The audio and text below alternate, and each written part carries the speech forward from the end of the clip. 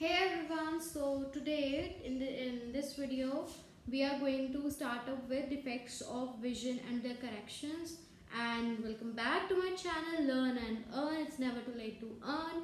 Okay, so basically defects of vision and their corrections क्या होता है कि हमारी जो निगाह कहते हैं हम देखने वाले विजन को हम निगाह कहते हैं। जब उसमें डिफेक्ट्स आते हैं उसमें हम प्रॉब्लम्स आती हैं, राइट। मेरे को ग्लासेस लगे बिकॉज आई कैंट सी फार, मुझे दूर की चीज़ें नहीं दिखती है इसलिए ग्लासेस लगे, तो ये डिफेक्ट ऑफ विजन है। अब ये ग्लासेस क्या कौन सा लेंस यूज़ करके लगे हैं कि मुझे प्रॉपरली दूर की चीज़ दिख रही है, आज हम वो चीज़ पढ़ेंगे। और ये है भी मायोपिक आई के ऊपर, जो कि दूर की चीज़ें ना दिखने वाली एक डिफेक्ट होता है जो अभी हम पढ़ेंगे। सबसे पहले मायोपिक आई से कई बुक्स में लिखा होता है नियर साइटेडनेस। तो क्या लगता है हमें कि नियर साइटेडनेस मतलब दूर की निगाह है, पास की नहीं है। लेकिन नियर साइटेडनेस का मतलब है कि पास की निगाह है, दूर की नहीं है। मतलब उसे पास का तो सबका दिख रहा है लेकिन दूर का उसे कुछ नहीं दिख रहा। मायोपिक आई का मतलब ही यही है। मायोपिक आई से हमने ये समझना है कि हमें पास की चीजें दिख रही हैं, दूर की चीजें हमें नहीं दिख रही। अब डायग्राम देखो, क्योंकि ये डायग्राम बहुत मेन है। आई स्ट्रक्चर इतना मेन नहीं है जितना myopic and hyper myopic eye का मायोट्रोपिया आई का है, ठीक है। तो सबसे पहले हम मायोपिक आई का एक स्ट्रक्चर देखते हैं और फिर उसके हम कॉजेस पढ़ेंगे और इसकी करेक्शन कैसे हो सकती है वो भी हम देखेंगे। सबसे पहले मायोपिक आई क्या होती है कि जब कोई भी इमेज जो है वो रेटिना पे पहले बन जाए, रेटिना से पहले बन जाए। रेटिना मैंने आपको बताया था बैक पे होता है, यहाँ पे कहीं पे होता है, राइट। अगर वहां पे इमेज नहीं बन रही है तो मायोपिक आई है, ठीक है। मतलब इमेज जो है वो आई लेंस और रेटिना के बीच वाले डिस्टेंस में कहीं पे भी बन रही है। यहाँ पे कुछ लाइट रेज आती हैं इन्फिनिटी से, वो स्ट्रक करती हैं कन्वेक्स लेंस को और क्या हो जाता है वो डाइवर्ज हो जाती है एक पॉइंट पे, वो कन्वर्ज हो जाती है, डाइवर्ज नहीं कन्वर्ज हो जाती है। जब वो कन्वर्ज हो जाती है तो वो एक सिंगल पॉइंट पे गिरती हैं। इसकी वजह से क्या होता है कि हमें जो चीज़ें हैं वो बहुत ही ज़्यादा धुंधली दिखती हैं, क्योंकि वो रेटिना पे, क्योंकि हमने पढ़ा था कि रेटिना पे अगर कोई भी इमेज पड़ती है, वो कोई रिफ्लेक्शन होती है तो हमें शार्प और क्लियर इमेजेस दिखती हैं। लेकिन जब भी यहाँ, लेकिन इस केस में क्या हो रहा है कि जो फार कोई भी दूर से कोई भी लाइटिंग आ रही है, कोई भी ऑब्जेक्ट की लाइट हमें आ रही है, आईज में स्ट्रक कर रही है, तो वो पहले दिख रही है, वो पहले ही कन्वर्ज हो रही है, वो बाद रेटिना पे कन्वर्ज नहीं हो रही। इससे हमें शार्प और क्लियर इमेज नहीं दिख रही, हमें ब्लर इमेज दिखेगी, ठीक है। अब इसके कॉजेज क्या है, एक तो सबसे पहले आपको जो कॉजेज, मेन कॉजेज जो हैं वो दो ही कॉजेज हैं, ठीक है। और ये भी पॉसिबल रीजंस हैं, कोई ये जरूरी नहीं कि यही हो, ठीक है। एलोंगेशन और increase in the size of the eye ball. Due to the increase in the size of eyeball, the distance between eye lens and retina increases. Hence, eye lens focuses the image before retina. मतलब जो eye ball है, eye ball यानी कि ये वाली internal जो इसका ball का स्ट्रक्चर है, जब वो बहुत एक्सपैंड हो जाए तब, या फिर जो आई लेंस है becomes thick due to excessive curvature of eye का जो एक्सेसिव कर्वेचर है उसकी वजह से जो आई लेंस है वो थिक हो जाता है। इसका मतलब ये हो गया कि जो मायोपिक आई है उसके अंदर एक रीजन हो गया कि जो आई लेंस है वो थिक हो जाता है। क्यों? क्योंकि जो एक्सेसिव कर्वेचर होता है उससे वो थिक कर देता है, right. Hence the focal length of eye lens decreases which results in the formation of image before retina. दो पॉसिबल रीजंस हो गए, एक तो हो गया कि आईबॉल की एलोंगेशन जिसकी वजह से क्या हो जाता है कि डिस्टेंस बढ़ जाता है रेटिना और आई लेंस के अंदर, इसीलिए जो इमेज है वो पहले बन जाती है। दूसरा रीजन ये हो गया कि जो कर्वेचर होता है आई बॉल का वो क्या होता है, बहुत एक्सेसिव होता है, तो आई लेंस जो है वो थिक हो जाता है। आई लेंस अगर थिक हो जाता है तो उसका जो फोकस है वो क्या हो जाएगा, डिक्रीज हो जाएगा, इसीलिए जो है वो रेटिना पे इमेज नहीं बनेगी। वो कहाँ बनेगी, रेटिना और आई लेंस के बीच में इमेज बनेगी, यहाँ पे। ये तो हो गया कॉजेज, मायोपिक आई भी कर लिया, कॉजेज भी कर लिया, अब इसकी करेक्शन भी कर लेते हैं। इसकी करेक्शन ऐसे होगी कि हमें यहाँ पे एक लगाना पड़ेगा कनकेव लेंस, ठीक है। अगर मैं यहाँ पे कनकेव लेंस से, आपको पता है ना किस लेंस की बात कर रही हूँ मैं, ये वाले लेंस की। जब यहाँ से एक तो यहाँ से ऐसे लाइट जा रही है ना, तो ये क्या करेगा, ये अपने फोकस से यहाँ पे ऐसे करेगा और फिर ये डाइवर्ज करके ये कनकेव पे, इसको मैं थोड़ा सा नीचे ड्रॉ करती हूँ यहाँ पे, तो फिर ये क्या करेगा, इसको डाइवर्ज करेगा, ये यहाँ पे स्ट्रक होगा, जब यहाँ पे स्ट्रक होगा तो ये रेटिना के ऊपर इमेज बन जाएगी जाके। आपको बस ऐसे सिंपल से एक डायग्राम ड्रॉ करनी है। ये जब डाइवर्ज करेंगे तो आपको यहाँ से ध्यान से शो करना होगा कि ये डाइवर्ज कैसे करेंगे, क्योंकि अगर आप अंदर को बनाओगे ना ये लाइट रेज कनकेव लेंस के अंदर, तो जाके ये डाइवर्ज करना आप इजीली शो कर सकते हो, और फिर आपको यहाँ से इसको यहाँ पे शो कर देना कि ये हमारी करेक्शन हो गई है, राइट। ठीक है, मतलब करेक्शन क्या होगी कि यहाँ पे कनकेव लेंस आ जाएगा, कनकेव लेंस क्या करेगा, फोकस रखेगा यहाँ पे, ठीक है। फिर उसके बाद जो है वो लाइट रेज जो है रिफ्लेक्ट करेंगी, उसके बाद क्या होगा, रिफ्रैक्ट करेंगी, उसके बाद वो जब यहाँ से डाइवर्ज होंगी यहाँ पे जाके कन्वर्ज होंगी सीधा रेटिना पे। ये पावर पे डिपेंड करता है, मैंने आपको पहले बताया था, पावर ऑफ अकोमोडेशन, उस पे ये चीज पूरी स्टैंड करती है। ये हमारा है टॉपिक मायोपिक आई का। फिर आपके पास आता है जो कि बहुत ही इजी टॉपिक है, इसके बाद बिल्कुल इसका ऑपोजिट है, वो है हाइपरमाइट्रोपिया, फार साइटेडनेस, मतलब दूर की चीज दिख रही है, पास की चीज नहीं दिख रही। उससे पहले मैं आपको प्रेसबियोपिया करवा देती हूँ। प्रेसबियोपिया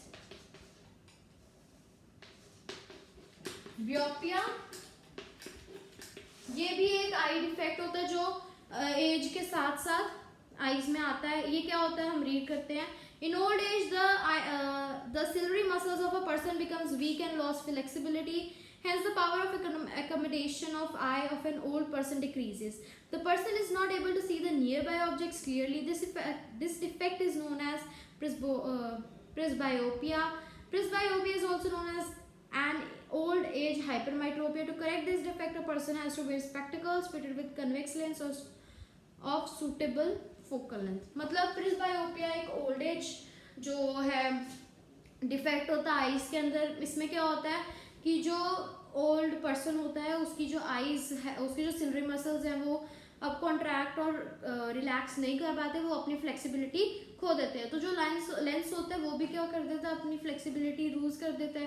मतलब वो अब डिक्रीज साइज कैसे कर पाएगा, क्योंकि सिलरी मसल्स तो ऑलरेडी अपनी फ्लेक्सिबिलिटी लूज कर चुके हैं। इसका मतलब ये हुआ कि अगर सिलरी मसल्स नहीं वर्क कर रहे तो आई लेंस क्या बन जाएगा, थिक बन जाएगा। उसकी वजह से जो फोकल लेंथ है जो थिन हो जाएगा वो एक्चुअली, क्योंकि power of accommodation of an old person decrease हो जाएगी। फिर क्या होगा कि जो उसे जो है पास की चीज़ें जो है वो नीज दिखाई देंगी। ठीक है, इसे हम प्रेसबायोपिया को हम एक और नाम से जानते हैं, उसे कहते हैं हम ओल्ड एज हाइपरमेट्रोपिया। ये 40 की एज के बाद स्टार्ट होना शुरू हो जाता है। इसको करेक्ट करने के लिए कोई भी पर्सन है वो लेंसेज यूज कर सकता है, स्पेक्टिकल्स यूज कर सकता है। स्पेक्टिकल्स कौन से यूज करने पड़ेंगे उसे, कन्वेक्स लेंस के, ठीक है, ऑफ सूटेबल फोकल लेंथ। ठीक है, मायोपिक आई में हमें दूर की चीज नहीं दिख रही थी तो हम कनकेव लगा रहे थे। अब हाइपरमेट्रोपिया में आपने नेक्स्ट वीडियो में आप ये पढ़ोगे कि हाइपरमेट्रोपिया की करेक्शन में हम डबल कन्वेक्स लेंस यूज करते हैं, और प्रेसबायोपिया भी both are the same and one and the same thing, उसमें कोई भी ज्यादा चेंज नहीं है। ठीक है, अब मैं आपको अदर डिफेक्ट्स ऑफ ह्यूमन आई भी बता देती हूँ। कैटरैक्ट, एस्टिग्मेटिज्म और बाइफोकल लेंस करवा देती हूँ। ठीक है, इसके अंदर सबसे पहले कैटरैक्ट देखते हैं। कैटरैक्ट होता है, अगर आप अपने दादू ग्रैंड पेरेंट्स को अगर आप पूछो तो वो आपको कहेंगे कि ओल्ड एज में आके उनकी आईज में, अगर आपने किसी ने देखा हो तो वो वाइट सा क्लाउड, हस्की कलर का क्लाउड उनकी आईज में आता है, जिसे हम हिंदी में मोतिया भी कह देते हैं कभी कभार।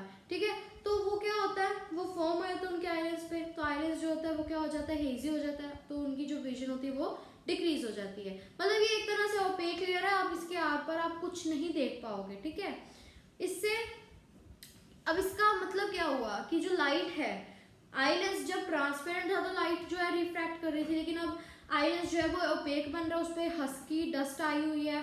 ठीक है, whatever we call it, jelly type substance है, उसके अंदर जब लाइट जाएगी वो ऑब्वियसली अगर वो उसके अंदर कुछ फंसा हुआ है, कुछ भी उसका कलर चेंज हुआ है तो लाइट जाएगी नहीं अंदर, तो रिफ्रैक्शन पॉसिबल ही नहीं है। ठीक है, इससे क्या होगा कि अगर कोई भी पर्सन इस चीज़ को ठीक ना करवाए तो वो ब्लाइंड भी हो सकता है। ठीक है, इस चीज को हम कैसे ठीक करवा सकते हैं, सर्जरी करवा के या फिर एक सूटेबल लेंस डलवा के। और आजकल ये बहुत कॉमन चल रहा है कि कोई भी अगर ओल्ड पर्सन है तो अगर उसके आईज में कैटरैक्ट हो रहा है, डिफेक्ट है ये विजन का, तो they are going for surgeries and they are getting a new eye lens in their eyes. ठीक है, इसके बाद एक तो मैंने आपको बता दिया कैटरैक्ट, इसके बाद आएगा एस्टिग्मैटिज्म।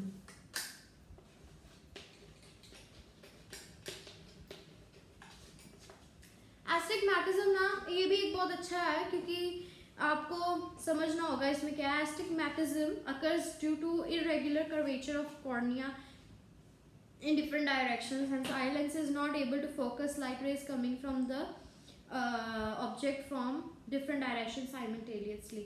मतलब जो कॉर्निया उसका कर्वेचर जो है सही नहीं। कर्वेचर हम कहते हैं बाहर वाले हिस्से को, like this one, this is a curvature. तो मतलब क्या हो रहा है, मतलब क्या हो रहा है इसका कि जो ये कर्वेचर है वो इरेगुलर है, वो सही नहीं है, इसीलिए क्या हो रहा है इसके अंदर ये अकर हो रहा है। अच्छा, इसके अंदर होता क्या है कि जो आई लेंस है वो प्रॉपरली फोकस नहीं कर पाता लाइट को, और इसकी वजह से जो है जो लोग होते हैं वो हॉरिजॉन्टल और वर्टिकल लाइंस को साइमल्टेनियसली नहीं देख पाते। अगर आपको कोई भी मैट हो या कोई भी मैट्रेस हो, उसके ऊपर लाइंस होती है ना, एक उसके ऊपर कवर होता है, ऐसे वर्टिकल लाइंस होती हैं और कुछ ऐसे हॉरिजॉन्टल लाइंस होती हैं। तो जब आप उसको रेगुलरली देखोगे ना, उस पर कंसंट्रेशन से देखोगे, तो आपको वो ऐसा लगेगा जैसे उठ रही है लाइंस, वो ना एक एक करके उठ रही हैं, इकट्ठी उठ रही हैं मैट टाइप।